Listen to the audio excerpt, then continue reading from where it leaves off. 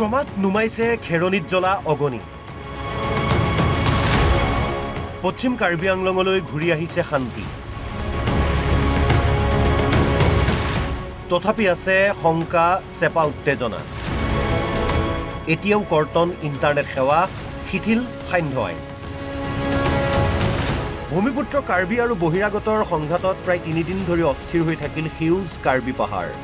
জ্বলিল ঘৰ দুৱাৰ ছাই হ'ল দোকান বজাৰ হিংসাত্মক ঘটনাত মৃত্যু হ'ল ২জন লোকৰ কিন্তু চৰকাৰ তথা আৰক্ষী প্ৰশাসনৰ তৎপৰতাত ক্ৰমাৎ শান্তি ঘূৰি আহিছে পশ্চিম কাৰ্বি আংলঙৰ খেৰণি আৰু ডংকা মোকামলৈ কিছু স্বাভাৱিক হৈছে পৰিস্থিতি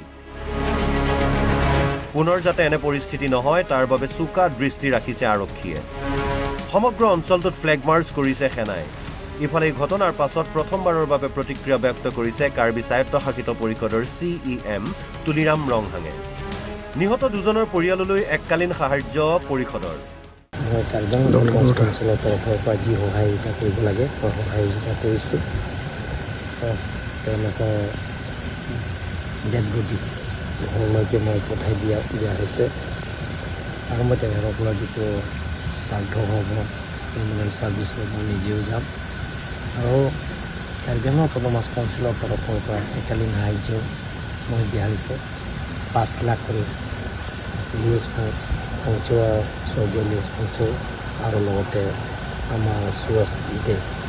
তেওঁলোকৰ 5 লাখ টকা এককালীন সাহায্য কাৰ্বি আংলং অট'নমাছ কাউন্সিলৰ নাম দিয়া হৈছে আৰু যিবিলাকৰ বজাৰৰ ক্ষতি কৰা ঘৰ ভাঙিছে পৰিয়ালত তেখেতসকলক আমি কাৰ্বি আংলং অট'নমাছ কাউন্সিলৰ পৰা যি সহায়িতা কৰিব লাগে আমি সহায় কৰি এনে হিংসাত্মক ঘটনাই কোনো সমস্যাৰ সমাধান নকৰে আলাপ আলোচনাৰ জৰিয়তেহে সমস্যা সমাধান কৰাৰ লগতে শান্তিবৰ্তি থাকিব বুলি মন্তব্য কৰে তুলিৰাম ৰংহাঙে কাৰ্বি আংলং কংগ্ৰেছ কাৰ্বি আংলং ৰাজ্যখনৰ কৰিব বিচাৰিছোঁ সকলো জাতি জনগোষ্ঠীক কাৰ্বি আংলং আমি স্থায়ী শান্তি বুজাব লাগিব কাৰ্বি আংলং স্থায়ী শান্তি হ'লে আমি কাৰ্বি আংলঙৰ যিকোনো আঁচনিবিলাকৰ পূৰণ হ'ব স্থায়ী হোৱাৰ লগে লগে আমি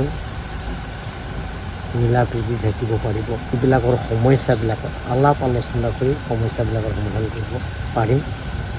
অহাকালি আমি তেখেতসকলৰ লগত যিটো আন্দোলন কৰিছে তেখেতসকলৰ লগত আলাপ আলোচনা কৰা হ'ব